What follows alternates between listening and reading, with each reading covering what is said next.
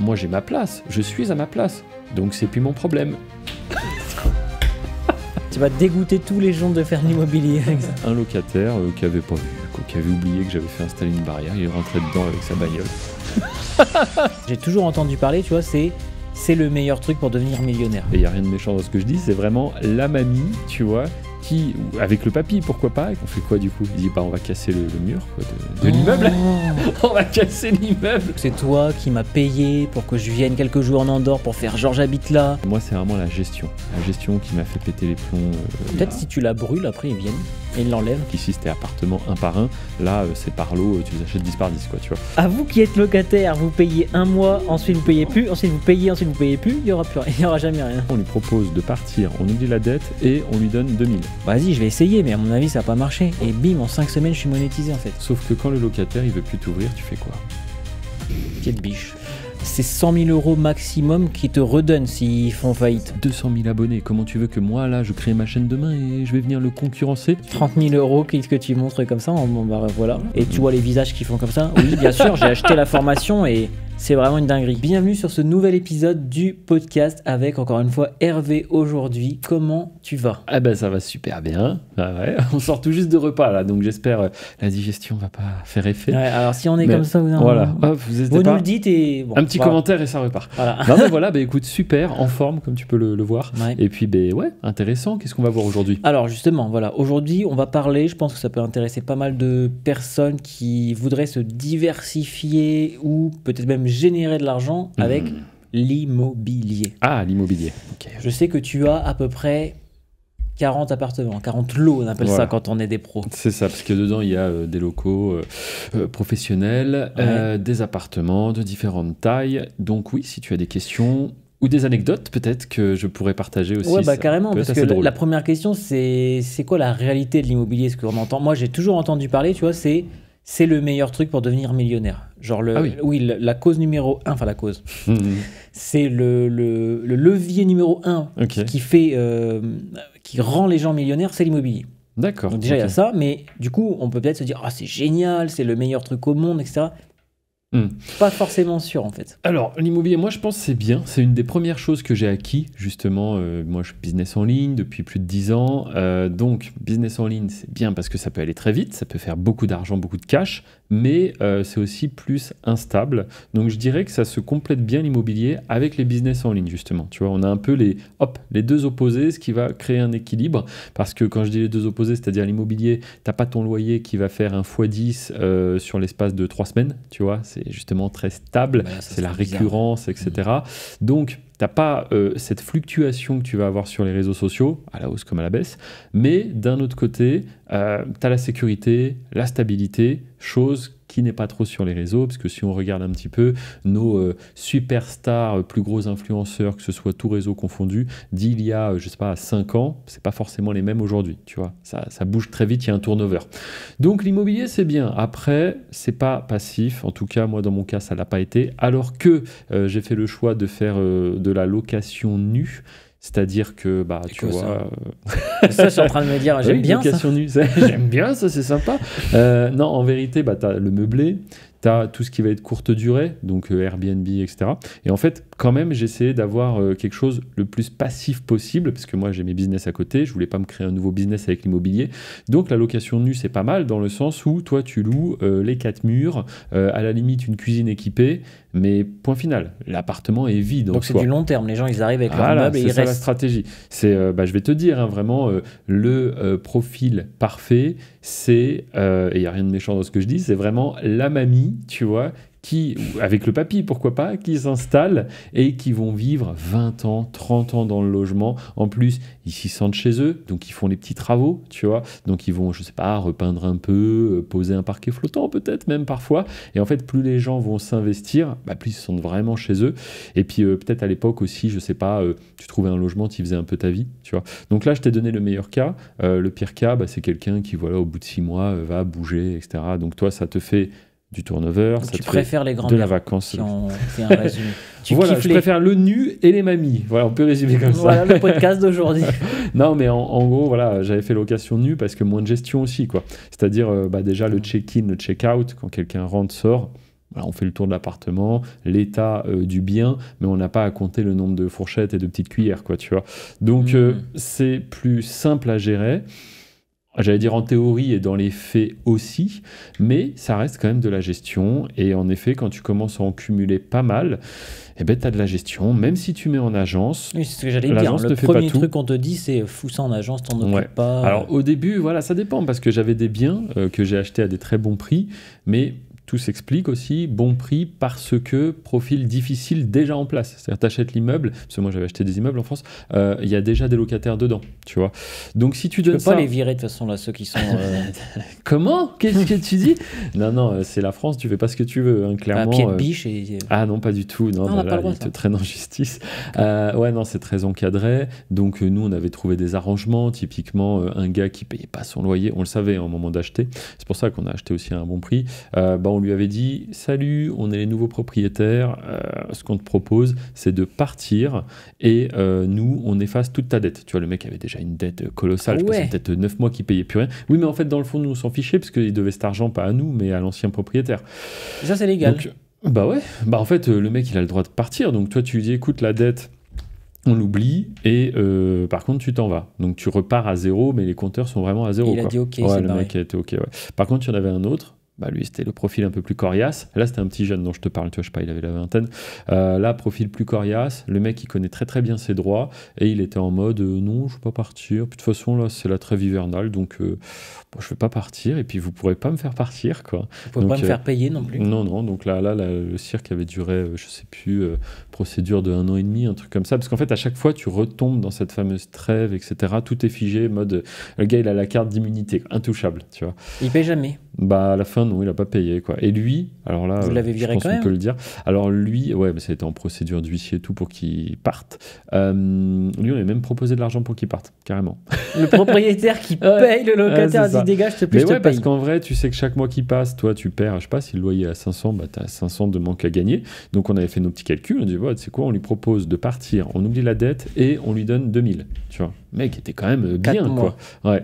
Mais bon, non, il voulait pas partir. Bon, après, je sais pas, il imaginait que ça pouvait durer comme ça. Et du coup, le final de cette histoire... je sais pas ce qu'il est devenu, mais en tout cas, il est plus avec nous, quoi. Il a quitté l'aventure. Non, mais il a quitté, c'est-à-dire il s'est séparé de les gendarmes sont venus, ils l'ont mis dehors, il faut partir monsieur et machin. Et lui, en fait, il jouait la carte du temps, quoi. À chaque fois, il essayait de hop là, trêve hivernale, c'est reparti. Il a remis une pièce dans la machine. Après donc, ça, t'as 40 lots, c'est 1 sur 40. Ouais, bien sûr. Ah non, mais c'est pour ça, ce qu'on dit souvent dans les podcasts, diversifier. T'as qu'un seul appartement et c'est un profil comme ça. Tu gagnes rien, tu perds de l'argent tous les mois. Ouais, là, c'est très mauvais investissement. Mais ne soyez pas inquiets, il y a de tout. Il y a des logements avec qui ça se passe très bien avec les locataires. Les grand-mères sont très bien, en fait. Voilà, parce qu'elles restent et elles ont... En plus, non, mais c'est même sans rigoler, c'est le côté, je pense aussi... Ils sont un peu à l'ancienne. Ouais, tu vois, ils sont en mode on tient parole, on paye. C'est ça, ouais, c'est très important de montrer que je suis sérieux, etc. L'ancienne génération, ce qui aujourd'hui les gens s'en foutent un peu. Mais comme à l'époque, moi, pareil, je connais personnes âgées, tu vois, elles auraient toutes les excuses pour avoir une carte de personnes, je sais plus si c'est exactement handicapées dans la situation, mais je crois, tu sais, au bout d'un moment, tu es tellement âgé, tu as le droit à avoir des espèces de passe-droit et tout pour pas faire la queue à la poste, voilà, la canne, etc. Mais non, parce qu'ils ont une fierté, parce qu'ils veulent montrer que ça va bien, et bien non, je ne suis pas personne, on va dire, réduite ou quoi, je n'ai pas la carte, tout va bien, et du coup, c'est énorme parce que c'est des personnes, on va dire, qui, elles, on n'a rien à foutre, entre guillemets, mais qui savent comment fonctionne le système, qui, elles, vont leur passer devant dans la file d'attente parce que eux, ils ont la carte, tu vois, parce qu'ils ont capté qu'ils pouvaient griller. Bref, voilà comment ça marche aujourd'hui. Ouais, c'est honteux. Tout le monde voit midi à sa porte, comme on dit, mais bon. Ouais, carrément. Petite question que j'avais quand tu parlais là justement de immobilier, etc. Bon, après, les gens vont peut-être pas se reconnaître parce que moi je connais la réponse, mais comment toi tu as acheté petit à petit ou immeuble par immeuble peut-être? Bah ouais, c'est vrai. J'ai commencé par l'Andorre. Moi, du coup, je suis arrivé en Andorre en 2014. Mon business a commencé à fortement marcher la même année. Bizarrement. Non, mais ouais, moi je suis sur YouTube depuis plus de 10 ans. C'est en 2012 que je commence à générer mes premiers revenus sur de YouTube où je ne me montre pas. Pour celles et ceux qui sont curieux, regardez dans la description. Le podcast d'il y a 2 semaines, c'était ça. Voilà, c'est ça. On explique tout. D'ailleurs, on a fait un podcast exprès voilà, sur ce sujet-là. Et c'est un business, sachez-le, qui marche encore aujourd'hui. Donc vous pouvez vous lancer même en 2025, 26, 27. Je pense que pendant 10 ans, ça va continuer de fonctionner. C'est juste qu'il faut bien faire les choses. Voilà. Donc en gros, moi je me lance en 2012. J'apprends par mes propres moyens. Donc ça aura mis beaucoup plus de temps, personne ne m'a formé et je génère beaucoup d'argent et cet argent, qu'est-ce que j'en fais au bout d'un moment, surtout que je ne suis pas quelqu'un de nature. On parle de plusieurs millions, on ne parle pas de genre 10 000 euros. Non, oui. Et donc j'achèterai de l'immobilier, tout cash, jamais de crédit, en Andorre, plusieurs appartements. Sachant que les experts immobiliers, ils disent qu'il ne faut surtout pas faire ça, il faut faire l'effet de levier. Alors, si tu as 1 million, tu peux faire un effet de levier pour acheter 10 millions. C'est ce qu'ils disent, mais toi, du coup, en fait, c'est différentes stratégies. Je dirais que c'est une très bonne stratégie, en effet, si tu n'as pas les moyens d'acheter cash, quoi, tu vois. Donc, c'est une autre stratégie qui est, je dirais, presque aussi bien que la première, en fait, mais c'est juste que ça te permet d'accéder à la propriété alors que tu n'aurais pas les fonds pour. Tu vois. Moi, parce qu'en gros, les deux stratégies, c'est voilà, comme dit Alex, soit tu vas voir ton banquier et en gros, tu rentres à la banque de base, tu es propriétaire de rien du tout. Tu vas à la banque, tu ressors de la banque t'a financé donc un bien ou un immeuble même entier, et toi, tu as juste fait un petit apport. Et en fait, c'est les locataires qui, pendant des années, vont te payer le loyer qui va te servir à rembourser le crédit. Tac, tac, tac. Et donc, en fait, c'est les locataires qui, petit à petit, remboursent ton crédit, donc te rendent propriétaire du bien. Ce qui fait que, grosso modo... Même des fois, les locataires, c'est plus haut que le crédit. Oui, tu peux avoir du cash flow, donc, comme on dit. Cash flow, ouais. Exact. Mais bon, si tu as du cash flow, c'est vraiment la meilleure opération, parce qu'en plus d'avoir un immeuble qui s'autofinance, ou un appart, tu dégages des revenus sur lesquels tu peux augmenter ton niveau de vie. Alors, c'est vraiment le meilleur scénario. Et donc, tout ça parce qu'un jour, tu avais pris un rendez-vous à la banque, si vraiment je fais un énorme raccourci, 10 ans plus tard, tu es propriétaire d'un immeuble, gratuitement presque, on pourrait dire, quoi. Et du coup, ça, c'est pas ce que tu as fait, parce que voilà, ça c'est ce que j'ai pas fait. Même s'il y en a qui ont de l'argent, il y en a qui disent, même si tu as de l'argent, imaginons tu as 2 millions, ces 2 millions-là, tu fais, comme tu dis, petit apport de petit apport, ce qui fait que tu vas pouvoir avoir un parc de 20 millions. C'est ça, en fait, tu peux avoir un parc énorme, dont ça sera la banque qui sera propriétaire en réalité, puisque tu as le crédit, mais 10 ans plus tard, ce parc t'appartient. Donc en effet, ça c'est une strat. L'autre stratégie que tu n'as pas fait. Voilà, alors je ne l'ai pas fait pour plusieurs raisons, parce que déjà, moi j'ai commencé l'immobilier en Andorre, et en Andorre, les crédits, c'est des taux variables, c'est pas la même chose qu'en France. Tu vois. Donc ça c'était le premier paramètre, j'avais pas envie de prendre un crédit sur des années. Tu te fais fumer en Andorre sur les crédits. D'avoir le taux qui change, ouais, et puis bon, tu vois, c'est un pays, je maîtrise moins quand même, tout ce qui touche à ça. Déjà de base, je maîtrise pas trop. Parce que tu as acheté un peu... alors moi, ça c'est bien. C'était une époque où vraiment, j'avais envie de placer l'argent. Je ne savais pas quoi en faire, et n'ayant pas non plus énormément de temps, parce que moi mon temps je le mets sur mon business, sur YouTube, du coup je me dis vas-y, on va faire un peu confiance, quoi. Bon, heureusement ça s'est bien passé sur ces business là, sur d'autres moins bien, mais c'est comme ça, après t'apprends, et t'apprends surtout qu'il faut se spécialiser, et que vraiment il faut faire des choses que tu maîtrises. Donc si tu ne maîtrises pas, il faut se former, voilà. Chose que je vais donc faire moi-même par la suite dans l'immobilier. Au début j'achète un peu comme ça, comme on a dit, je sais pas trop ce que je fais, mais tout se passe bien, et après je suis intéressé pour investir en France sur des immeubles de rapport, donc on passe quand même à l'échelle au-dessus, puisqu'ici c'était appartement un par un, là c'est par lot, tu les achètes 10 par 10, quoi, tu vois. Un immeuble, tu peux avoir le plus gros immeuble qu'on a, il y a 14 lots dedans, quoi. En mode cash. Voilà, alors tout ça en mode cash. Un immeuble. Et justement, en France, j'ai voulu faire la stratégie. Tu vois, je disais l'Andorre, je maîtrisais pas trop tout ça. La France, je me dis, voilà, je prends des rendez-vous avec un conseiller, il va bien me l'expliquer. Donc il y a différents types de crédits et tout. Faut pas rentrer trop dans le détail. Mais grosso modo, ça me branche bien. Et je dis, vas-y, on va faire la stratégie. Après avoir fait des achats comptants, cash, en Andorre, on va faire la stratégie de l'effet de levier. Tout le monde en parle et c'est que ça doit être bien, tu vois. Donc en France. Et au final, dis-toi que ça sera refusé. Alors pareil, je ne vais pas trop rentrer dans le détail, mais ça a été retoqué alors que les conseillers bancaires, même les directeurs d'agence, tout ça, on avait bien sympathisé, ils avaient compris ma situation, c'était OK pour eux. Ils n'ont pas aimé que... Et en fait, je crois ce qui a bloqué, c'est un peu au-dessus de leur niveau, quoi. C'est peut-être, je sais pas, au niveau Bercy, les banques, tout ça, bref, ceux qui font les contrôles, on va dire. Ça a bloqué dans le sens où ça faisait les deux petits Français, parce que j'étais avec ma femme, du coup, qui partent en Andorre faire de l'argent et qui veulent revenir investir dans le pays. Là, ils ont dit, non, ça nous intéresse pas, quoi. Tu vois, c'est un peu un moyen de... Waouh. Voilà, chacun comprendra ce qu'il veut. Et donc, au final, achat comptant. Ouais, au final, c'est pas grave, pas de crédit, tant pis, achat comptant.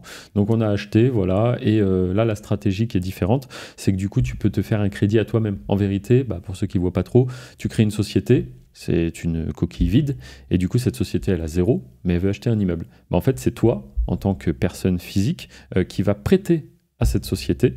La société, elle achète l'immeuble, hop, elle a l'immeuble. Et en fait, c'est toi qui fais l'office de banque. C'est ce que j'avais dit dans d'autres podcasts. La banque ne veut pas te prêter. Deviens ta propre banque. Tu vois, ce sera le slogan. Avant, faites du business. Voilà. Alors voilà, il faut que vous ayez les fonds.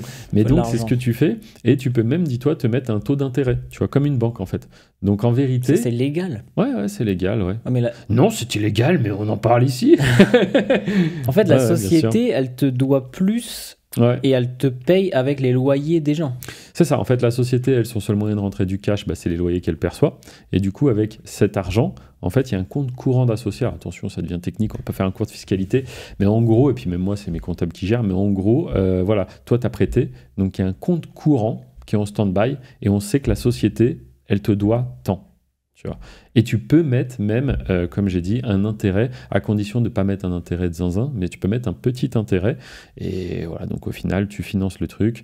Et c'est quand même intéressant parce que toi, l'argent que tu récupéreras, il sera net d'impôt. En gros, si tu as prêté 100 000 à ta société te doit 100 000 qui ne seront pas imposés comme si tu t'étais versé des salaires ou des dividendes.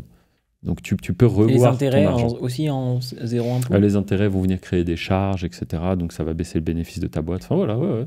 Ok, intéressant. Et par rapport à ce que tu disais tout à l'heure, tu as commencé en Andorre, tu as continué en France, tu as acheté cash, etc. Ça, c'était il y a quelques années maintenant, il y a 7 ans, c'est ça? Ouais, c'est ça, on est en 2025. Là, j'ai fait la plupart de mes investissements entre 2016, 2017 et tout début 2018. Donc en gros, en 2 ans, quoi. Alors la question, est-ce que ça valait le coup?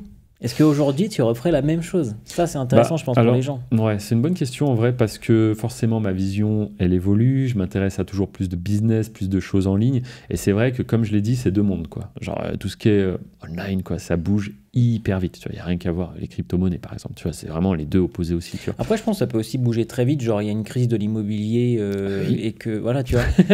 Oui, alors, typiquement, tu vois, parlons d'Andorre. Andorre, intéressant, j'achète en 2016. Honnêtement, tout ce que j'ai acheté en 2016, là, maintenant, ça a fait x2. On est en 2025. Il y a eu en effet une crise immobilière, mais dans l'autre sens. C'est monté. T'as eu trop de chance en fait. Ouais, là pour le coup, l'Andorre a gagné en popularité. Les gens aujourd'hui cherchent quoi? La sécurité. T'en as beaucoup ici. Je sais pas comment dire, le bien-être. Bon, ok, t'as l'aspect fiscal, bien sûr, j'en suis conscient aussi. Mais tout ça pour dire, ça a vraiment bien évolué et il y a une forte demande de gens qui veulent s'expatrier. Et donc forcément, il n'y a pas beaucoup de place non plus. Donc le prix, il est monté. J'ai même un appart qui a fait x3, dis-toi. Donc c'est complètement fou. Par contre, la France, ça a un peu pris aussi, parce que bon, globalement, le marché, il a un peu monté, mais pas à la même échelle. Et moi, c'est vraiment la gestion qui m'a fait péter les plombs pour en parler. Tu fais comment alors ça pour gérer? Alors d'une, c'est en agence. Aujourd'hui, tout est en agence en France. Donc c'est pas eux qui gèrent tout. Moi, j'ai toujours entendu dire que agence, c'était tranquille. Alors là, on va pouvoir sortir les anecdotes. Attention. C'est parti. Alors il y en a des. Tu vas dégoûter tous les gens de faire l'immobilier. Ouais. Après, moi, je parle de mon expérience. Tu vois. En soi, tu me demandais si je regrette ou pas. Je regrette pas, parce que. Mais tu ferais pas la même chose peut-être? Non, franchement, je referais pareil en vérité, parce que. Ah ouais. Ouais, parce qu'au moins cet argent, même s'il y a peut-être des biens où ça a pas pris tant de valeur que ça, au final, entre, tu vois, j'ai une toiture à refaire. Bam, 60 000 €, des logements à rénover, c'est des gros coûts en fait. C'est ça qu'on te dit pas des fois avec l'immobilier, c'est que oui, ça fait de l'argent, mais ça s'entretient. Un appartement, ça se rénove tous les 7 ans, tu vois. Donc en fait, tout ça, c'est un coût, et derrière, ça vient manger tout simplement ton rendement, quoi. Donc, tu vois. Ou peut-être t'en achèterais plus en Andorre, parce qu'en parlant d'anecdotes et tout, je sais que tu m'avais dit, c'est beaucoup plus simple gérer, et les gens sont moins chiants. Profil locataire, laisse tomber, c'est trop bien. En plus, comme j'ai dit, ça a explosé là les prix. Donc en gros, moi qui suis cool, je laisse les loyers de l'époque. Donc je peux te dire, mes locataires, ils me dérangent pas. Hein. Parce qu'en fait, à tout moment, un locataire qui m'embêterait trop, je fais « Ah mais attends !» oui, je vais régler ton problème, t'en fais pas. Au fait, le loyer, c'est x2 maintenant. Ouais. Donc, en fait, ils me sollicitent pas du tout. Alors qu'en France, ça va être j'ai une ampoule qui a pété, machin. Alors, heureusement, t'as l'agence. Mais si tu veux, au bout d'un moment, quand le locataire est trop casse-pied, l'agence, elle t'envoie l'info, quoi. Mais après, j'ai des trucs de dingue. Moi, j'ai un arbre qui appartient à la ville, tu vois. Il y a un chat qui monte dans l'arbre, qui rentre chez la locataire. Donc, la locataire, là, l'agence, elle est dépassée, si tu veux. Elle nous met en contact, elle nous dit « Ah oui, alors il y a tel locataire là qui m'a demandé si vous pouviez trouver une solution parce qu'il y a des chats qui passent par l'arbre et qui rentrent chez elle, quoi. » Donc là, je réponds quoi à ça? Oui, j'arrive avec ma tronçonneuse. Ben voilà, pas de souci, je vais venir. Déjà, je vais faire 5 heures de route et puis je vais venir, je vais défoncer l'arbre et après, ou je vais défoncer le chat. Après, tu fais une ou la amende. locataire. Ah, ben je me suis trompé, je me suis emmêlé les pinceaux. Non, mais c'est hyper. C'est quoi ces problèmes? Je sais pas, elle ferme sa fenêtre, elle voit, je sais pas, tu vois. Non, c'est à toi. Ah, des anecdotes, on en a eu pas mal. Ouais, qu'est-ce qu'on a vu? L'histoire de la barrière, j'en avais déjà parlé, tu sais, une fameuse barrière. Justement, je t'avais même pas dit toute l'anecdote, donc ça va être intéressant. De base. Alors là, je vais peut-être mettre un disclaimer. Tout ce qui va être raconté dans cette histoire est forcément fictif. Potentiellement une fiction. Voilà, c'est une fiction, bien sûr. Et tout ce qui pourrait avoir un lien avec un élément réel n'est que pure imagination. Alors, ou pas. Alors, je peux maintenant raconter mon histoire. Donc, en gros, je suis propriétaire d'un immeuble, je dirais pas où il est pour éviter tout lien possible. En France. En France, voilà, donc c'est assez vaste. Grosso modo, on a l'immeuble, bel immeuble, on a du stationnement, il n'y a pas de barrière. Vous verrez que plus tard, j'en mettrai une. Voilà, elle a toute une histoire autour de cette barrière. Et le problème est que des gens viennent squatter le parking de mes locataires. Tu vois, des vilaines personnes. Donc, forcément, c'est pas bien. On met des mots sur les pare-brises et tout ça et tout ça. Un jour, il y a une voiture qui est, je sais pas comment ça s'appelle, une espèce d'utilitaire société un peu, tu vois, qui est posée là et qui bouge plus. On voit que la voiture, elle bouge vraiment jamais, quoi, tu vois. Et forcément, le locataire, lui, il n'est pas content, ça je comprends totalement, il ne peut pas profiter de sa place, tu vois. Donc, il se retourne contre nous, donc on doit faire indemniser son loyer, etc. Forcément, tu vois, il n'a pas la totalité de ce pourquoi il paye, pas de souci avec ça. Donc nous, je ne sais plus qui on appelle, la gendarmerie, enfin... Voilà, tu vois, on est la ville, tout ça. Et c'est le problème de personne, en fait. C'est-à-dire, il y a un gars qui a foutu sa vieille bagnole là sur cette place de parking. Et à la fin, tout le monde s'en fout. Tout le monde s'en fout. Et puis, c'est à nous que ça incombe, quoi. Au final, les problèmes, c'est nous qui les avons, quoi. Donc, on est là. Peut-être si tu la brûles, après, ils viennent et ils l'enlèvent. Ah, tu vois, j'ai pas été jusque-là, mais c'était une bonne idée. Voilà. Notez les conseils d'Alex. Putain, c'est vrai que des fois, t'en es rendu là, peut-être. Hein. Mais du coup, comment on fait? Tu vois, donc là, je me dis, ok, nous, on a un 4x4, je vais sangler le gars et je vais le tirer et je vais le mettre sur la voie publique, comme ça. En fait, c'est un peu l'art, j'ai l'impression, en France, de quand c'est pas le problème des autres et que c'est le tien, en fait, tu vas faire en sorte que ça devienne le problème des autres, tu vois. Non, mais c'est par exemple, un locataire peut pas payer son loyer, il pourrait ne pas payer EDF, mais il sait qu'EDF, ils vont le défoncer. Donc, il va pas payer le propriétaire parce qu'il sait que ça va passer, tu vois, il va y avoir machin, un truc. Le propriétaire va pas te faire une méga procédure qui va coûter 5 fois le prix du loyer pour un loyer, tu vois. Donc en fait, le problème du locataire devient le problème du propriétaire, tu vois, cette espèce de problème de loyer. Bon voilà, c'est un peu la même histoire. En gros, on a une voiture, on ne sait pas quoi en faire. Je dis, ok, à qui je refile mon problème, quoi. Et donc, ce qui s'est passé, c'est qu'en fait, la voiture, on a remarqué au bout d'un moment qu'elle n'était pas verrouillée. On pouvait rentrer dedans. Donc, c'est quoi cette voiture trop chelou? C'était une voiture presque abandonnée, en fait. Ouverte. Donc, en fait, là, tout simplement, Charlène, ma femme, s'était mise au volant. On a enlevé le frein à main. Il n'y a même pas de Neyman et tout. Non, on a poussé la voiture. Hop. Et puis on l'a mis à l'endroit où c'était plus notre problème et c'était devenu le problème de quelqu'un d'autre. De la ville, quoi. Ouais, voilà, sur les places publiques, etc. Et suite à ça, on a fait installer une barrière. Et la barrière, toute une histoire. C'est-à-dire, moi, j'essaie de faire les choses bien. Je me dis, mes locataires, ils vont être contents. Tu vois, c'est fini le squat de place. Maintenant, il y a une barrière. Donc là, c'est super. Je donne les petits bips à tout le monde, machin. Forcément, ça coûte, hein, mais c'est moi qui paye, t'inquiète. Ah oui, c'est toi qui payes tout ça. Bah ouais. 15 jours après, on revient. T'as le coût à peu près Je sais plus. Barrière, la barrière, mine de rien, il faut que ce soit du solide. Il faut que ce soit installé. Il faut que ce soit même en béton armé, en vérité, parce que du solide, ça ne suffit pas. Tu payes les petits bips, je sais pas, t'en as vite pour 7000 balles, un truc comme ça, de poser ta barrière, quoi, tu vois. Donc, en fait, si tu regardes un peu par rapport au loyer que ça te rapporte, tu prends tous les loyers d'un mois, une fois que tu as payé ta taxe foncière, une fois que tu as payé l'électricité des communs, une fois que tu as payé toutes tes charges, en vérité. Ça, on pourra en reparler aussi. On dit l'immobilier. C'est fortement taxé. Toi, sur 1000 euros, final, si vraiment, voilà, un locataire qui me donne même 1 euro, tu vois, pour son loyer, par exemple, entre moi, en tant que personne physique, en particulier, tout ça, net d'impôts, je touche à peu près 30 centimes. Voilà. Donc, voilà. Faites vos calculs. 70% qui Ouais, partent. 70% qui dégagent dans toutes les taxes. Et puis, il n'y a pas que ça. Il y a l'entretien, comme j'ai dit, du bien et tout. Quoi. Oui, donc peut-être moins. Ah, Non, tout compté. À Ah. la fin, il te reste 30 centimes. Quoi. Voilà. Et là, t'es content. Et du coup, tu te dis, je vais mettre tout ça dans une barrière. Donc, en gros, tu achètes la barrière, tu payes l'artisan pour fixer ça bien comme il faut. Et puis, un jour, tu passes pas loin de ton immeuble et tu dis, je vais aller voir un peu cette barrière. Qu'est-ce qu'elle devient? Est-ce que le parking est tout beau, machin?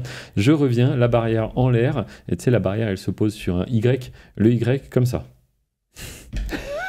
Là, je fais, putain, 7000 balles la barrière. Ok, donc en fait, un locataire qui avait pas vu, quoi, qui avait oublié que j'avais fait installer une barrière, il est rentré dedans avec sa bagnole. T'es là, si bon. On va refaire plus de business en ligne. Hein. Ouais, donc ça, c'est un peu les problèmes. Donc, résultat, tu dis, je vais quand même pas laisser ça comme ça. Donc, tu rappelles le super artisan, tu dis, hey, tu veux te refaire un petit billet? Donc, le gars, il vient, il remet un Y et machin, il fixe tout. Et puis, en fait, les autres fois où je suis passé devant l'immeuble, cette foutue barrière était toujours en l'air.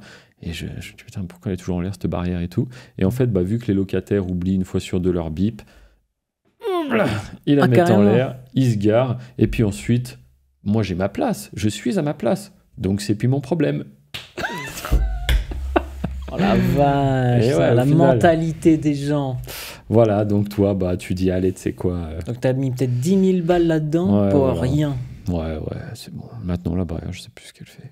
Elle est devenue autonome, elle fait sa vie, elle est en l'air, en bas, voilà, je me suis une barrière. Wow.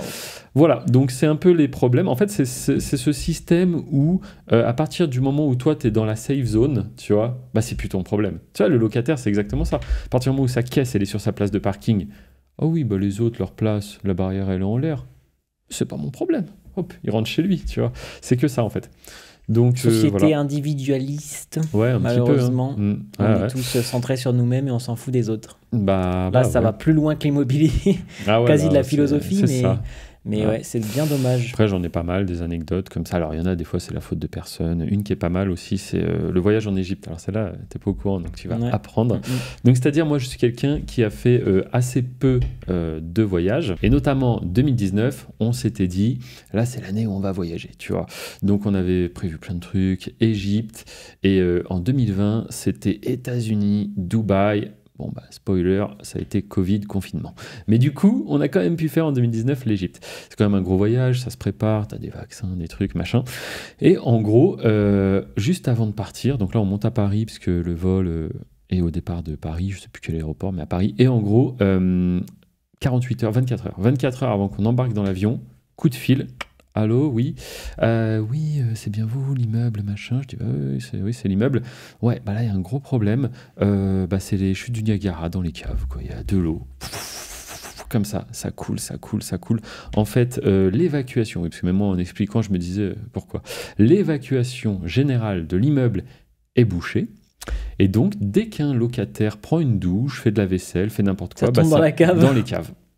Ouais, alors je crois pas qu'il y avait les toilettes, je pense pas, mais bref, dès qu'un mec se douche, donc c'est délicat de dire à tout le monde, là les gars, on n'utilise plus d'eau s'il vous plaît, tu vois. Donc du coup, voilà, toi t'as ton vol qui est dans, 23 heures, t'es là, tu dis, on fait quoi là? Je peux pas me barrer 10 jours en Égypte comme ça, quoi, tu vois. Donc t'appelles toutes les sociétés en urgence, tout ça. Ouais, c'est exactement ça. Donc là, tu découvres, de toute façon, c'est l'expérience. Donc tu cherches, en effet, comment faire. À l'époque, il n'y avait pas de ChatGPT. Donc t'es sur Internet, comme ça, les agences. Il faut les trucs. Ouais, et en vrai, si, t'as vraiment... Heureusement, c'est pas le week-end, peut-être. Je sais même plus quand ça tombait, mais du coup, ça tombait très très mal dans tous les cas. On avait, c'est des gros camions, en fait, qui viennent et qui se branchent en fait et qui envoient une pression de zinzin et peu importe ce que c'est qui bouge, ça va partir, quoi, tu vois. En théorie, les mecs qui viennent, tu sais, c'est des barres, tu sais, ils mettent des pressions en barre là et il dit là on a mis le max et ça part pas, quoi. Putain. Toi t'es là, tu dis waouh, on fait quoi du coup? Parce que du coup les tuyaux passent dans les murs, quoi, tu vois. Et il dit on pense que c'est bouché entre cet endroit-là et cet endroit-là. Tu dis ouais, on fait quoi du coup? Il dit on va casser le mur, quoi, de l'immeuble. On va casser l'immeuble. Ah ouais. Oh, donc putain. Et là, dans ta tête, tu t'es dit combien ça va me coûter ça? 5 000, mais là, 10 000, 20 000? c'est ça, t'es pas bien du tout. Et puis là, je je sais même plus, je pense pas qu'on avait fait jouer les assurances ou quoi, parce qu'en fait ça rentre pas vraiment dans le cadre d'une assurance, tu vois. Alors oui, peut-être l'eau des caves, l'état des caves, oui, mais le fait que ce soit bouché, bah c'est bouché quoi, tu vois. Donc là t'es pas bien, ouais. Et en vérité, je touche du bois, super, merci et tout. Je crois que les mecs ils insistent et même toi tu leur dis avant qu'on commence à démonter mon immeuble, il y a peut-être des trucs à tester. Et donc ouais, les mecs ils insistent et au final c'était parti en mettant max de pression quoi, tu vois. Mais même ils savent que faut pas mettre plus de pression parce que on va explose les tuyaux. Ouais, on va en créer des nouvelles fuites, quoi, tu vois.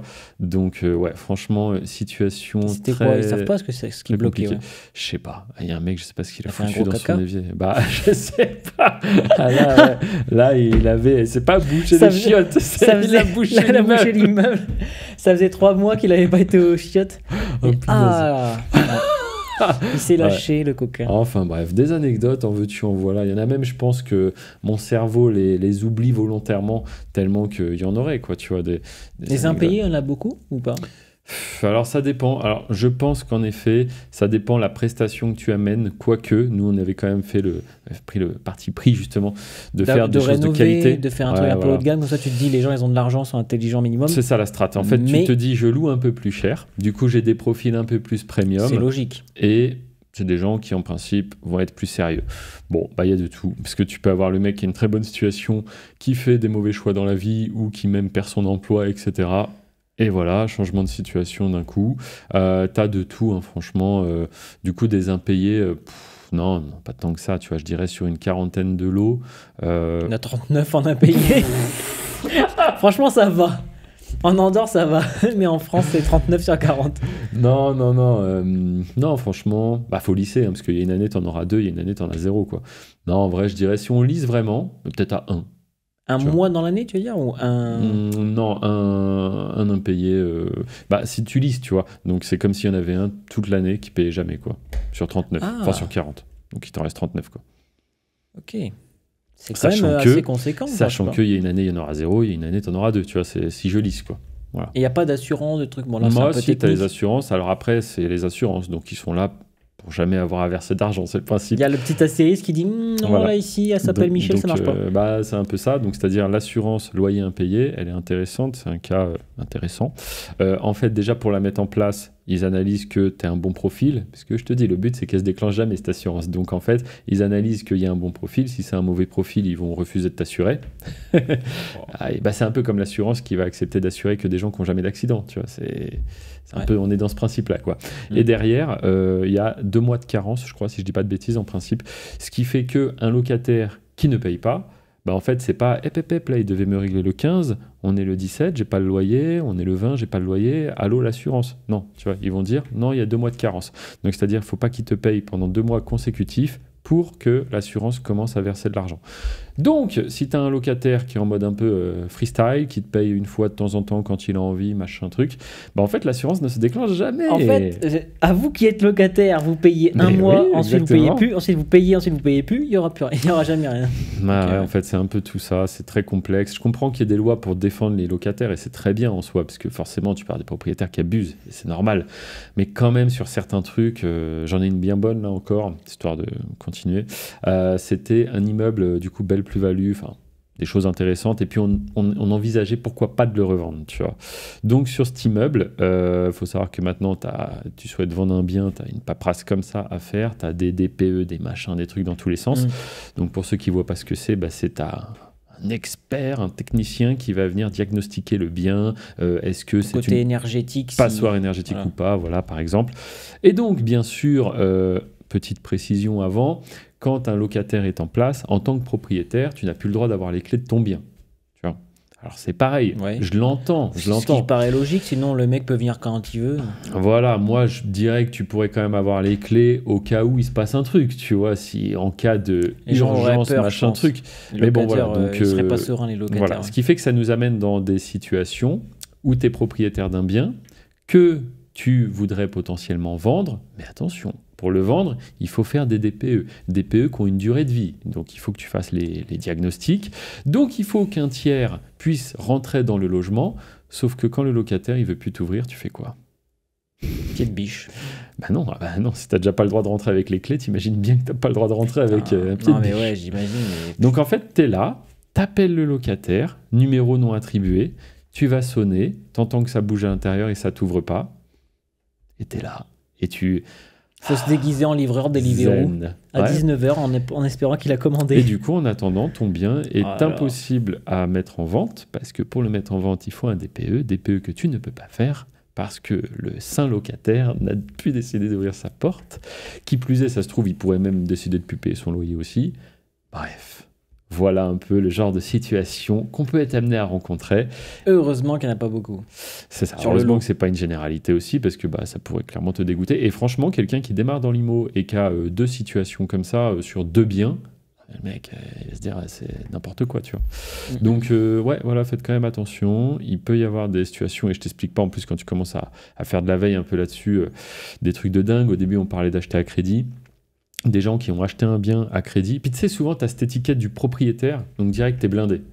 Ouais, mais toi, t'as pas besoin d'argent, t'es propriétaire. Moi, t'as vu, c'est la galère, quoi. Ça se trouve, le propriétaire, il a décidé de prendre un crédit sur 20 ans pour s'acheter un bien, et du coup, lui, il va travailler régulièrement pour finir de payer le loyer avec, ok, t'as les loyers du locataire, mais lui, il finit d'en rajouter au bout, tu sais pas, ou des fois, ça s'autofinance avec le loyer du locataire, et du coup, si le locataire paye plus, l'autre, ce qu'il fait, du coup, le propriétaire est obligé de prendre dans ses revenus à lui pour acheter ça, enfin, pour rembourser le crédit. Et j'avais vu des situations où des propriétaires d'un bien, parce que le locataire jouait pas le jeu, ne payait pas son loyer, du coup, le propriétaire, qui lui ne vit pas dans ce bien, on est d'accord, lui il se retrouvait dans des situations hyper précaires à dormir dans sa bagnole, parce que le locataire, en attendant, qui lui est au chaud dans le bien, ne paye pas le loyer, quoi. Wow. Enfin, des trucs de fou. Donc c'est un peu le truc qui dit ne faut pas non plus se foncer sur l'immobilier si t'as pas les reins solides au cas où. Ouais, je pense qu'il faut vraiment, comme pour pas mal de choses en vérité, mais toujours avoir une marge de manœuvre, quoi, tu vois. Typiquement, si tu arrives à avoir un bien qui est vraiment rentable et qui te dégage, comme on disait tout à l'heure, un peu de cash flow, du surplus, crée-toi une petite réserve au cas où, tu vois. Commence pas à vivre en flux tendu, parce que oui, bien sûr qu'il peut y avoir des sacrés pépins, ouais. Et donc toi aujourd'hui, t'as pas fait plus d'immobilier que ça, puisque tu as ton business en ligne à côté, ça te permet d'avoir les deux, comme tu disais, parce que sinon ça aurait été trop de gestion dans l'immobilier classique, etc. quoi. C'est ça. En fait, je suis content d'en avoir, et pour répondre un peu au début, tu me disais, ça serait à refaire, je regrette pas, parce que mine de rien, mon argent, quand je l'ai mis dans l'IMO, ça m'a évité aussi de le dépenser dans des trucs qui n'ont aucun rendement, tu vois, genre, je sais pas. Non, mais par exemple, tu aurais pu le mettre en bourse. Par exemple. Voilà, c'est ça. En vérité, j'aurais dû faire un peu de bourse. Après, c'est sûr, une fois que tu as les réponses, c'est facile. J'aurais dû mettre dans le Bitcoin et point, c'est tout, tu vois. Putain, ouais. Mais en vérité, j'avais mis un peu aussi dans les cryptos, mais c'est ça, c'est que tu n'as pas la réponse. Et moi, je pense en France aussi, on est beaucoup éduqués à ça. C'est ce qui fait le moins peur, en fait. C'est ça, parce qu'en fait, c'est là, c'est physique, tu vois. La pierre, comme il dit. Et c'est ça que j'aimais bien aussi, comparé au business en ligne, dont je disais c'est des hauts, des bas, machin. Là, en fait, c'est physique, comme tu dis. Et c'est décorrélé aussi de l'euro. Parce que, en fait, moi, c'est ça que j'ai cherché à faire. J'ai cherché à sécuriser au max. Et c'est pour ça que je ne regrette pas. Parce qu'à un moment donné, l'argent rentre. Ok, t'entends dire quoi? T'entends dire, tu sais qu'une banque, c'est une société. Une banque, ça peut faire faillite, ça peut fermer. T'es là, mais non. Tu vois, des trucs comme ça. Oui, parce que, pour expliquer, je crois, c'est 100 000 euros maximum qui te redonnent s'ils font faillite. C'est ça, c'est les pseudo-garanties. Donc en France et dans pas mal d'endroits. Donc si tu as 500, si tu as 10 millions, tu n'auras que 100 000. Ouais, c'est ça. Donc en fait, après, quand tu es un peu malin, tu commences à dire, tu sais quoi, si j'ai 1 million, je vais mettre 100 000 euros dans 10 banques. Sauf que déjà, les 10 banques, il faut les trouver. Par exemple, en Andorre, il n'y en a pas 10 des banques. Et puis ensuite, oui, si ça ferme, en effet, tu es garanti jusqu'à 100 000, mais ça, c'est dans la théorie, tu vois, la fameuse théorie. En pratique, demain, tu as un énorme groupe qui ferme, c'est des garanties d'État. Donc, si je dis pas de bêtises, je crois que c'est l'État qui doit piocher dans ses caisses pour donner ça. Donc, l'État, on sait qu'en ce moment, voilà, ils n'ont pas trop de surplus à redistribuer. Il y a 3 000 milliards de dettes. Après, voilà, donc c'est pas non plus méchant. C'est donc lui qui est censé être garant. Donc c'est un peu comme si tu loues un appart et vous avez un garant. Oui, il a 3 000 milliards de dettes, c'est lui mon garant. C'est un bon profil. Donc on en est un peu là. Ouais. Et en plus, tu apprends que l'euro, c'est pareil. Toi, tu fais confiance dans l'euro. Tu es là, c'est des pièces. C'est des... non, en fait, c'est de la ferraille et du papier. Donc c'est-à-dire, si demain l'euro connaît un énorme crash, en fait, ça vaut plus rien en vérité. Ça serait quand même très peu probable, je pense, mais oui. Mais comme plein de choses en vérité. Mais après, tu peux dire il peut y avoir une météorite qui peut arriver sur la Terre et il n'y a plus d'euros qui fonctionnent. Tu vois, c'est comme il y a 15 ans, je te disais, mais tu sais qu'un bitcoin là, qui vaut à peu près 20 euros, ça vaudra 100 000 $. tu m'aurais dit, c'est peu probable. Bon, bah voilà, il y a plein de choses comme ça, tu vois. Mais en vérité, voilà, moi je me dis toujours, le monde, il peut changer, mais très vite. Tu vois, là, on le voit avec l'IA, l'intelligence artificielle.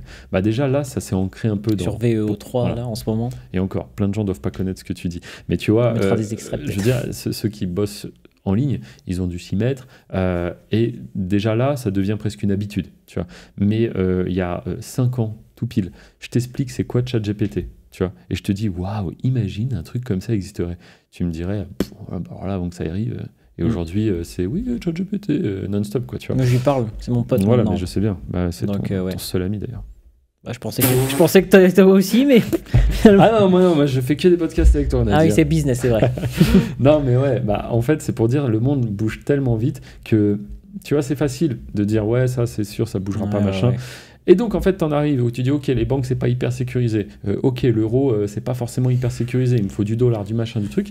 Et puis, bah, t'en arrives à dire, je veux du palpable, du réel et l'immobilier, quoi. Tu dis, ouais, mon immeuble, il est là. Moi, j'avais même entendu, à l'époque, ça avait dit, ouais, mais même s'il y a une guerre, tu vois, bah ok, ton immeuble peut être détruit, mais dans l'hypothèse où la France ne serait pas rasée et que ton immeuble est encore debout... S'il n'y a pas de bombe nucléaire, ça passe. Mais voilà, tu as des actes authentiques, tu as des choses qui prouvent que c'est à toi, tu vois, c'est là, c'est physique, tu le vois, tu vois. Le mec, c'est une superstar sur Instagram, demain, je sais pas, Instagram change ses conditions d'utilisation, ah bah ça, là, que tu faisais, on n'aime pas, t'es banni, merci, au revoir. Bah voilà, ton immeuble, il est à toi, c'est prouvé, tout ça, quoi. Donc, au final, c'est pas si mal, tu vois, tu possèdes quand même quelque chose, et c'est décorrélé de l'euro. Ça, c'est important aussi.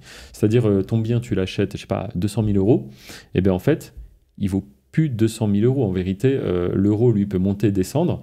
Bah, peut-être que dans 5 ans, si l'euro perd de la valeur, du coup, mécaniquement, lui, il va en prendre. Donc, en fait, ce bien, il vaut 230 000 euros, par exemple. Tu vois, il est plus rattaché. Tu vois. Si tu as 200 000 euros, ils valent 200 000 euros, ils sont liés au cours de l'euro. Ok, j'ai compris. Je sais pas si tu vois, c'est un peu technique, mais en gros, si tu as de l'euro, tu es lié au cours de l'euro.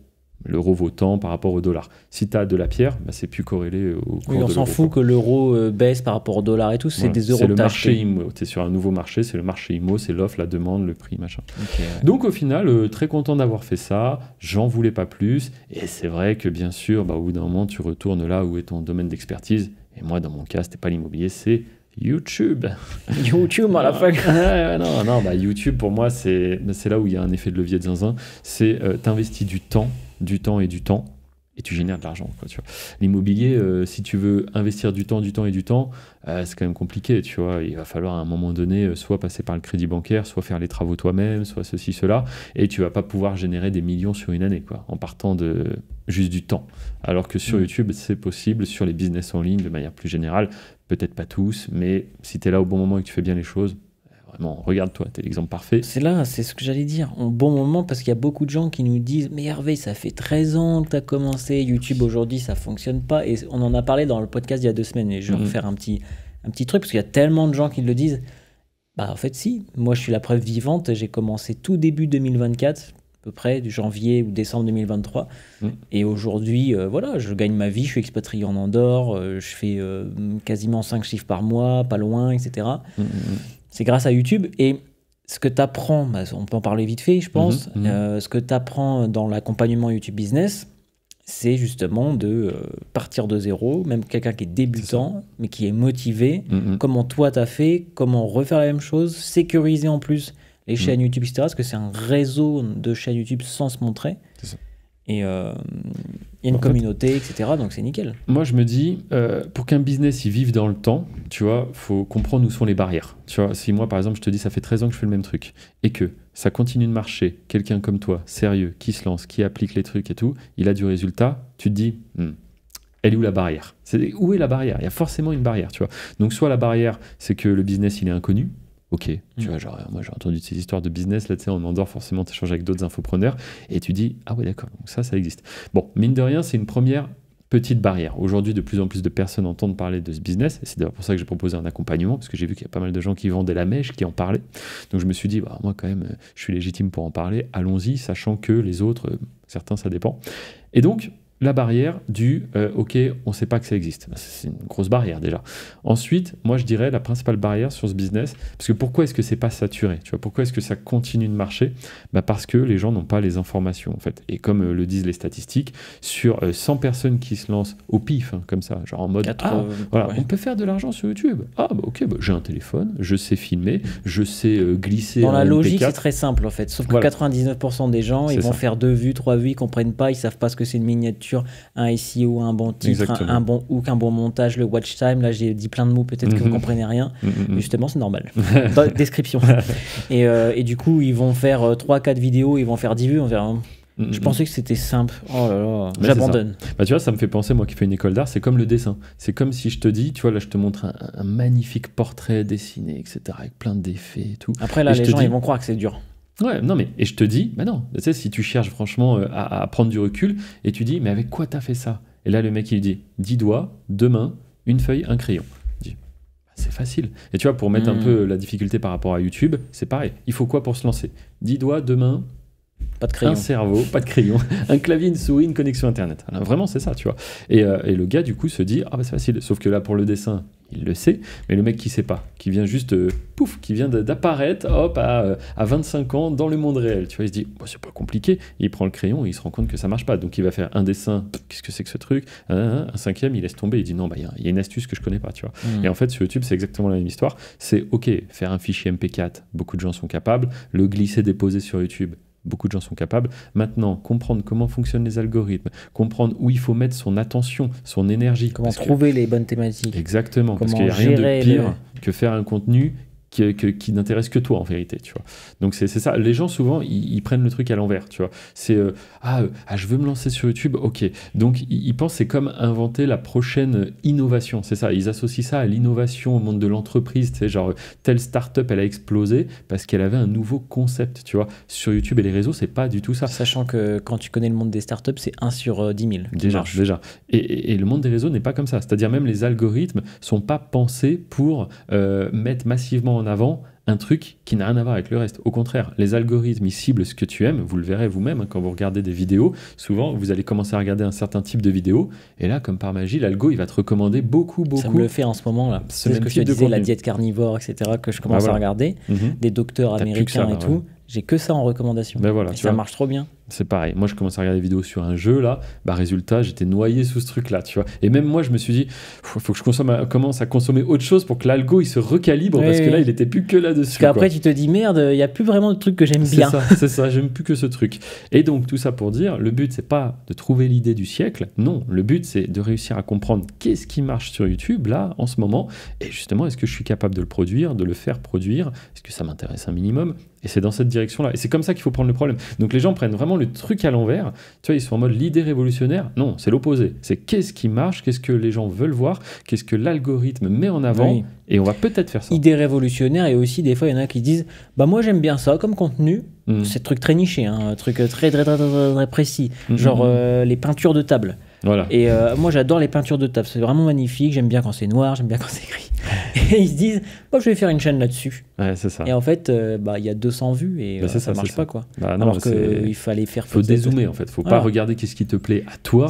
Dire qu'est-ce qui plaît aux gens qui consomment du contenu sur YouTube de manière générale. Tout en aimant un petit peu la thématique, sinon c'est trop compliqué. Bien sûr. Non, mais de toute façon, tu auras toujours l'exception. J'ai envie de te dire, c'est comme tu dois ouvrir une boutique. Tu vois, tu dois ouvrir une boutique. Est-ce que tu vas te baser sur toi, ce que tu aimes faire, machin c'est triste, hein, mais souvent, ça va être les échecs qui font ça. Tu vois, c'est un peu le rêve de l'entrepreneur, tu sais, qui a un peu sa fleur au fusil, qui dit moi, je vais ouvrir une boutique de ça. Concept store. Parce que j'adore ça, et je vais ouvrir ça, et ça va être chouette et tout. Alors déjà, ça peut te dégoûter de ta passion, parce que tu vas vivre tous les jours là-dedans, et en plus de ça, ça va être associé à un échec, tu vois. Alors que, désolé, mais c'est pas comme ça que ça marche dans le monde du business. Quand tu as, je sais pas, une entreprise qui veut se lancer, s'installer, faire ce qu'on appelle une étude de marché. Elle va regarder s'il y a de la demande, combien est-ce qu'elle va pouvoir générer, qu'est-ce que les gens aiment dans ce secteur, etc. etc. Ils ne se lancent pas en mode tiens, je pense que ça marche pas. Par exemple, en Andorre, je dis n'importe quoi, mais le mec, il aime bien le surf. Il ouvre une boutique de surf en Andorre, au cœur de la ville. Et il se dit mais moi, j'adore le surf. Évidemment que ça va acheter des... Il pourrait se dire, moi, ça me dérange pas de faire 2 heures de voiture pour aller à Barcelone. Je le fais tous les week-ends, tu vois. Sauf que oui, mais non. La question, c'est est-ce que les gens, vraiment, ça va les intéresser? Toi, on s'en fiche. Et justement, c'est ça qui est dommage, c'est que ton expérience personnelle là-dessus, elle fausse complètement le truc. Ça doit être un biais cognitif de généralisation de ce que tu penses, un truc comme ça. Et il suffit qu'en plus, t'aies 3 mecs qui pensent comme toi, tes potes. Alors là c'est cuit. Ah bah là c'est cuit parce que du coup tu vas dire j'ai pensé à ça, t'en penses quoi? Elle va dire génial, trop bien, moi je vais y aller dans ta boutique. Sauf qu'en fait vous 3 vous êtes les seuls 3 mecs d'Andorre qui aimaient le surf, quoi, tu vois. Et voilà.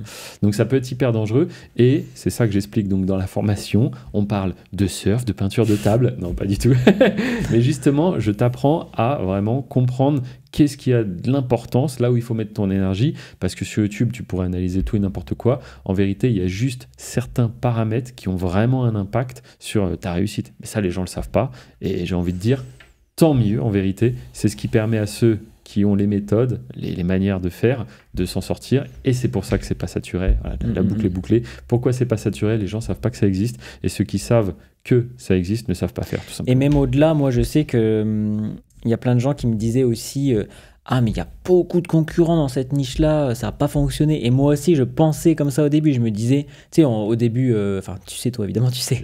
Vous savez pas, mais quand vous arrivez dans l'accompagnement, si un jour vous le faites, Hervé, il vous aide à choisir la thématique. On valide ça ensemble. On valide ensemble. C'est hyper intéressant parce que des fois, nous, on croit qu'il y a un truc qui est bien et en fait, tu te rends compte que c'est de la merde. Ouais, bah en fait, c'est le but parce que toi, tu le sais. Important, c'est pas une formation, c'est un accompagnement dans le sens où tu as peut-être 15 heures de formation qui ne font qu'augmenter puisqu'on met à jour régulièrement. Jusqu'à ce que vous ayez 100 € par jour, Hervé. Ouais, ça, c'est la promesse. Et du coup, tu as 15 heures de formation. Et ensuite, une fois que tu as acquis les bases, tu sais, c'est un peu comme si je devais te former, quoi, c'est ça, je te forme. Donc, une fois que tu as les bases, bah là, par contre, je suis disponible 7 jours sur 7 pour t'aider à arbitrer, à prendre des décisions, à te conseiller, etc. Ce qui est extrêmement rare et ce qui est vrai de fou. Mais c'est pas 7 jours sur 7 où il répond de temps en temps. C'est 7 jours sur 7 où il répond en moins de 12 heures. Quoi. C'est et tout ça est possible parce qu'on limite les places et on fait une sélection, bien sûr. Voilà. Et donc, ce que je disais, c'est qu'en gros, tu nous aides à faire la sélection des niches. Et moi, j'étais arrivé aussi dans cet état d'esprit où j'arrive sur une thématique, je me dis, ouais, pas mal, je regarde des chaînes, ok, il y a des vues là aussi. Et je commence à me dire, ah ouais, mais en fait, il y a beaucoup de chaînes. Il y en a peut-être 10 qui font des vues. 15, et je me dis comment je vais pouvoir arriver là-dedans? Moi, c'est impossible. Il y en a déjà 15 qui font les mêmes vidéos quasiment, les mêmes sujets quasiment. Vas-y, je vais essayer, mais à mon avis, ça n'a pas marché. Et bim, en 5 semaines, je suis monétisé en fait. Et la chaîne monétisée, c'est donc 1000 abonnés et 4000 heures de visionnage, ce qui correspond à peu près à 200 000 vues. Et en fait, j'arrive à percer, entre guillemets, dans cette thématique-là, à arriver au même niveau que les 15 autres. Parce que, et donc ça fait peur aux gens, mais il ne faut pas avoir peur. On peut percer. C'est ça. Il faut forcer. Peut-être la première. On peut percer dans un marché qui est déjà concurrentiel parce qu'il y a tellement de demandes. Et je ne sais plus qui c'est qui disait ça, mais en fait, quand il y a de la concurrence, c'est bon signe.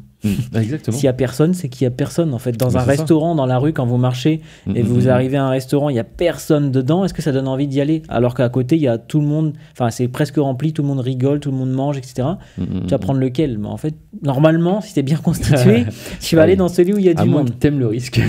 À moins que tu aies... Ouais, parce que tu te dis, il n'y a personne. Un samedi soir. Tu vas sûrement avoir du chien dans les kebabs. Non, mais t'as raison. Et puis en plus de ça, YouTube, même de base, où les réseaux, en principe, ne veulent pas que le marché soit cristallisé. Tu vois, c'est-à-dire, toi, tu te dis, ah, mais il y a déjà telle chaîne, ou regarde, lui, il a 200 000 abonnés. Comment tu veux que moi, là, je crée ma chaîne demain et je vais venir le concurrencer? Et en fait, oui, ça marche comme ça. C'est-à-dire que YouTube veut qu'en permanence, il y ait des nouvelles chaînes qui arrivent à être propulsées comme ça. Et donc, c'est pour ça qu'il faut choisir les bonnes choses. Parce qu'ils ne veulent pas que ce soit cristallisé, qu'il y ait... Eh bien parce qu'ils ne veulent pas que... Mais tout simplement parce que si demain tu as 7 chaînes, numéro 1 bricolage, 7 chaînes, numéro 1 cuisine, etc., ben ça devient quoi? Ça devient la télé en quelque sorte, ça devient complètement figé. Et surtout, en fait, ça devient des leaders. C'est-à-dire le mec, il sait qu'il est en place, il sait qu'il ne chutera pas, il est là, et il n'y a plus de concurrence. C'est comme un peu demain, si le marché, ce qui est un peu le cas en vérité, du smartphone était complètement figé, bah tu vois, c'est dur pour des nouveaux de venir s'imposer et du coup de donner du renouveau. Là, ça va, oui, il est pas même si c'est Apple, Samsung les premiers. Ouais, mais il est quand même aujourd'hui. Xiaomi, ils arrivent un peu à percer Huawei et tout, mais mais c'est difficile. Alors que YouTube, bon, c'est plus simple parce que là, je compare des entreprises dans le monde entier, donc il faudrait revoir les règles du jeu à l'international, alors que là, on parle juste d'une plateforme qui modifie les algorithmes comme ils veulent, tu vois. Mais du coup, c'est leur but. Ils veulent pas que ce soit figé parce que qui dit figé dit beaucoup moins de renouveau. Un très bon exemple pour ceux encore qui n'ont pas bien vu, c'est comme avec l'IA, tu vois, ChatGPT, sorti de nulle part, boum, poussez-vous, et là tout le monde est en mode, oula, vite, faut intégrer de l'IA dans les téléphones, vite, faut intégrer de l'IA. Gemini, Apple Intelligence, exactement. Et là, DeepSeek qui vient, qui dynamise. Là, tu vois que ça y est, hop, il y a une nouvelle course qui est renclenchée. Tu vois, qui va être le premier sur l'IA? Parce que là, dernièrement, désolé, mais les téléphones, ça fait des années que ça tourne en rond, quoi. C'est en mode, regardez, l'iPhone machin est plus puissant que l'iPhone de l'année dernière, machin truc. On a rajouté une caméra. Ah bah non, même pas. Oh, c'est le même, mais voilà, c'est toujours la même chose. Et là, au moins, ça vient redistribuer les cartes. Et justement, YouTube ne veut pas qu'il y ait ça. Donc, en permanence, tu as des petites chaînes qui se font une place, qui commencent, hop, à prendre de plus en plus d'ampleur. Attention, encore une fois, il faut faire les choses bien et c'est pas une formule magique. Ça n'existe pas. Tu vois, typiquement le business où c'est « Hey, rejoins-moi, regarde, t'appuies sur ce bouton, t'as vu, ça a fait de l'argent. » Clique sur mon Telegram. Et les 1000 € par jour, c'est la semaine prochaine.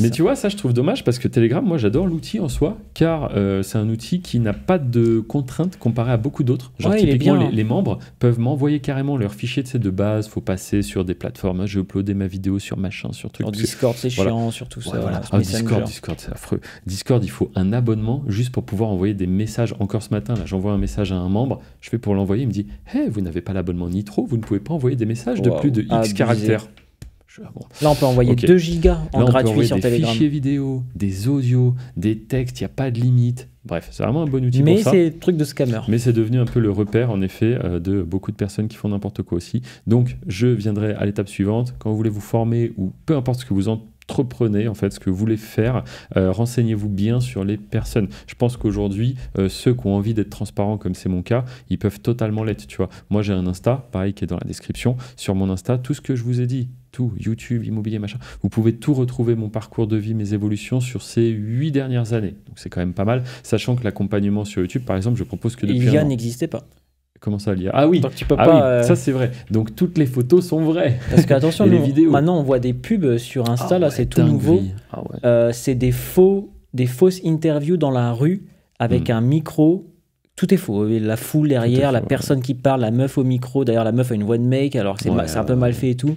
Et tu vois les visages qui font comme ça. Oui, bien sûr, j'ai acheté la formation et c'est vraiment une dinguerie. Et depuis, j'ai une paralysie du côté gauche. Voilà, c'est ça.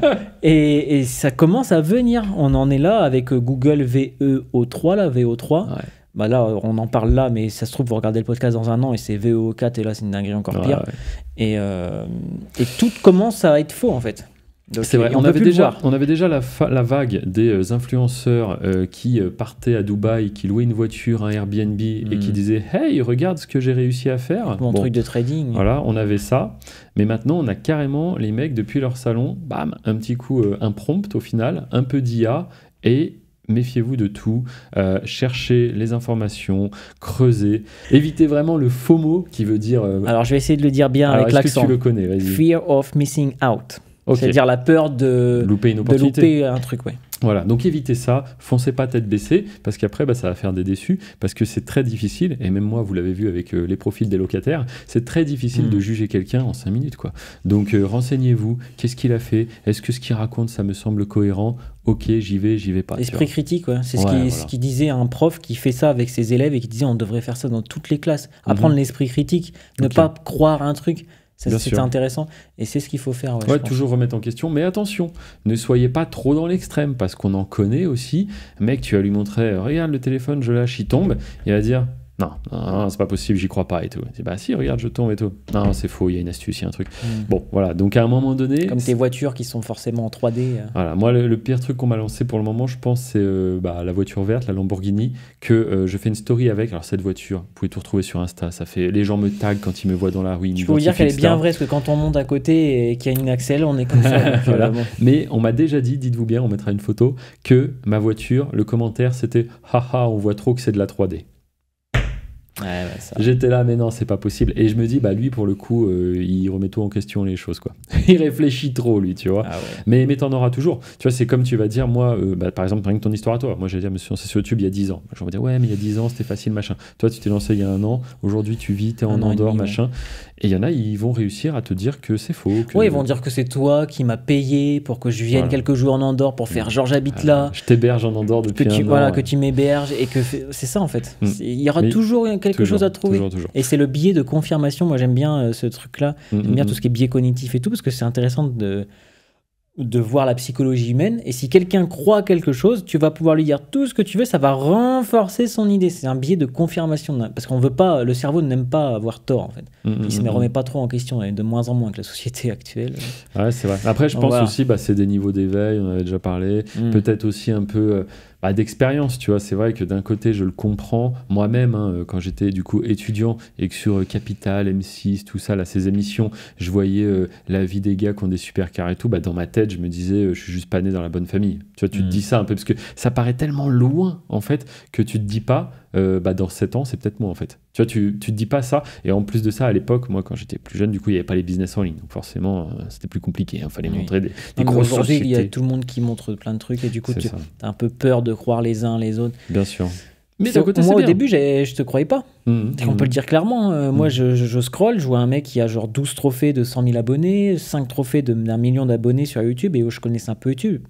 Les plus gros influenceurs, ils ont peut-être 1, 2, 3 trophées max. Et je me dis, mais lui, c'est des faux, ça. Il fait une formation, c'est un mec qui va scammer des gens, qui va arnaquer des gens, c'est pas possible. Et oui. Et voilà, il est fait. Et du coup, non, tu me disais, non, venez sur mon Insta, et si vous n'y croyez pas, venez me parler, etc. Je viens parler, j'achète la formation, je fais la formation, de l'attaque, 1 an et demi, je suis en Andorre, je suis expatrié, je gagne ma vie grâce à ça. Tu vois, déjà, rien qu'un scammer, un escroc, quoi, tu commences à le contacter en message privé, je suis pas sûr qu'il prenne le temps de te répondre. Tu vois. Ou alors, c'est un closer qui essaye de te closer. Voilà, mais après, moi, je dis, allez-y, posez vos questions. Je veux dire, moi, je suis là. C'est même appelé, quoi, te rappelles. L'autre fois, il y avait un membre, il me disait, ouais, quand même, machin, j'ai un doute, là, tu peux me montrer, là, tu m'envoies une vidéo datée d'aujourd'hui, là, où je vois des stats et tout, en réel et tout. Je dis, écoute, pas de souci, hop, tac, je suis mon écran, boum, et voilà, et je veux dire, la voiture. 30 000 euros, qu'est-ce que tu montres comme ça, voilà, c'est ça. Tout ce que je dis, je suis invité dans différents podcasts, je fais des conférences devant 150 personnes, etc. Regardez si ceux qui prétendent avoir fait certaines choses font tous ça. Vous remarquerez que souvent, le mec, c'est comme tu avais déjà dit, pas d'amis. Le mec est toujours tout seul. Il est toujours tout seul avec ses montres de luxe, ses voitures de luxe. Il change de voiture en permanence. Ok, premier red flag. Il est jamais dans le même appartement. Ou alors il est dans un appartement, mais il n'y a pas de photos de sa famille, de ses amis, voilà. C'est le truc très impersonnel, très Airbnb. Genre le mec, il te fait visiter son appart, t'as un gros message à l'entrée avec les choses à faire et à pas faire, quoi. Laissez cet endroit propre. Bienvenue chez moi. Donc tu vois, des red flags de fou. Le mec, il s'affiche jamais avec famille ou quoi que ce soit. Bref, tout ça, c'est bizarre. Tu vois, si à un moment donné, t'es content de ce que t'as fait, t'es quelqu'un de réglo, être heureux, c'est pas être tout seul avec ses supercars, etc. Tu vois, à un moment donné, tu vois du monde, tu fais des choses, quoi. Donc, regardez quand même, ça c'est un conseil qu'on vous donne pour n'importe quoi. Renseignez-vous un petit peu parce que, comme le disait Alex, avec l'IA, on arrive dans une époque où ça va être difficile des fois de discerner le vrai du faux. Carrément. J'ai une dernière question, je pense qu'on pourrait peut-être finir là-dessus. Ça fait une bonne longueur. Ouais. C'est du coup, si on reboucle sur l'immobilier vite fait, qu'est-ce que tu conseillerais aujourd'hui, toi, à quelqu'un qui est dans la moyenne des Français, donc je sais rien, qui gagne à peu près 1 800 euros par mois, de plutôt partir sur un business digital qui va ensuite générer de l'argent et sécuriser en IMO, ou plutôt l'inverse aujourd'hui? Qu'est-ce que tu dirais, toi? Ok, je dirais tout simplement YouTube Business. Allez, voilà, c'est ce que j'attendais. Non, alors, en vrai, je dirais que c'est tellement lent l'immobilier pour aller chercher des gros sous. C'est ce que je pense aussi. Voilà. En fait, vaut mieux que tu aies. Tu sais, c'est ce qu'on dit. Souvent, quelqu'un qui a 10K, tu vois, il est là en mode j'ai 10 000 euros, je les investis dans quoi? Tu connais la réponse, je suppose. Investir dans soi-même. Voilà, c'est investi sur toi-même en vérité. Parce qu'avec 10 000 euros, tu vas pas faire grand-chose. Si tu les mets à 10%, super, tu vas faire quoi? Moins de 1 000 euros par an. Donc, ça va pas être foufou, ça va pas trop impacter ta vie. T'investis sur toi, tu te formes. C'est la phase qui paraît chiante parce que personne n'a envie d'apprendre, mais en vérité... Puis comme on disait, il faut bien chercher avant le formateur. Oui, bien sûr. Réfléchir déjà, renseigne-toi. Hein. Dis-toi qu'il n'y a pas d'urgence. Tu vois. Oui, voilà. Le meilleur moment pour démarrer, c'était hier. Et le deuxième meilleur moment, c'est aujourd'hui. Mais sauf si c'est pour aller dans un truc où tu vas te faire avoir, tu vas perdre ton temps. Tu as 10 000, tu as une formation à 2 000, bah fais gaffe, fais attention à où est-ce que tu les mettais 2 000. Voilà, c'est ça. Dépense ton argent. En fait, c'est ça. Moins tu as d'argent, plus tu dois faire attention à comment tu le dépenses, tu le places, etc. etc. Donc moi, je dirais, t'investis sur toi, tu te formes, regarde-toi. Tu en avais fait plusieurs des formations avant d'arriver sur... la mienne du coup, mais tu en avais fait plusieurs. Et ça m'a aidé. Voilà, c'est ce que j'allais dire. C'est pas forcément nul, tu as compris des choses, tu as assimilé des manières. J'avais fait un peu de sous avant. Voilà, c'est ça, ça faisait pas beaucoup, mais tu as quand même compris des choses, ça t'a donné aussi un état d'esprit. Et c'est comme ça aussi que peut-être quand tu as retrouvé ma formation, du coup tu t'es dit, ouais, elle est bien, Hervé il est cool, Hervé il est proche, machin. Tu vois, c'est bon, là tout ce que je dis c'est des éloges, mais forcément, c'est comme le mec qui a le melon comme ça. Mais c'est comme si t'as jamais, je sais pas, mangé de pizza. Bah, c'est très dur de dire si cette pizza, elle est très bien, elle est normale, elle est bof. Tu vois, bah, c'est la même chose. À un moment donné, tu peux des petites formations, des machins, des trucs, tu te renseignes et comme ça, tu seras apte à juger ce qui est de qualité et ce qui ne l'est pas. Tu vois. Donc, moi, mon conseil, investis sur toi. Acheter 20 formations et après la mienne. non, mais en vérité, bah, analyse bien le formateur ou le mec qui va t'accompagner dans cet accompagnement, tu vois, vraiment bien sonder la personne, je trouve que c'est super important.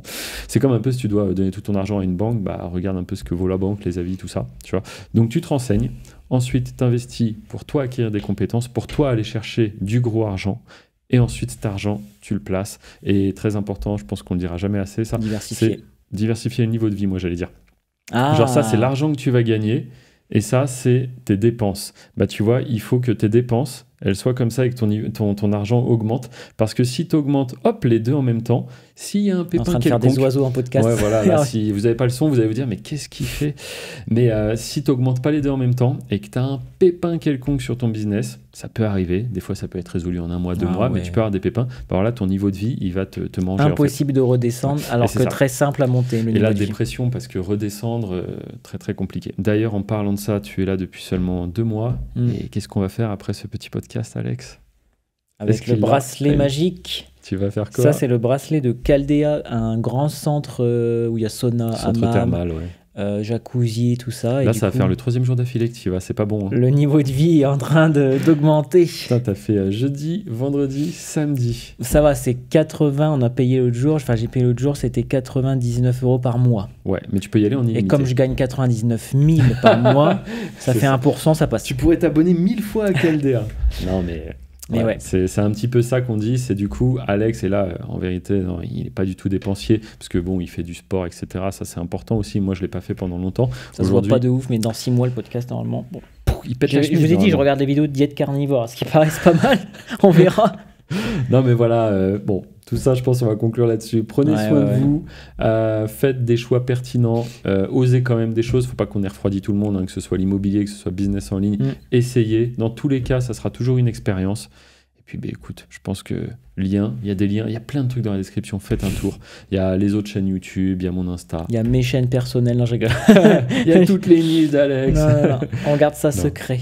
Bon bah voilà, et bien sur ce, merci beaucoup pour votre attention. Et puis à très bientôt. Et puis bah excellente fin de journée, salut. Salut.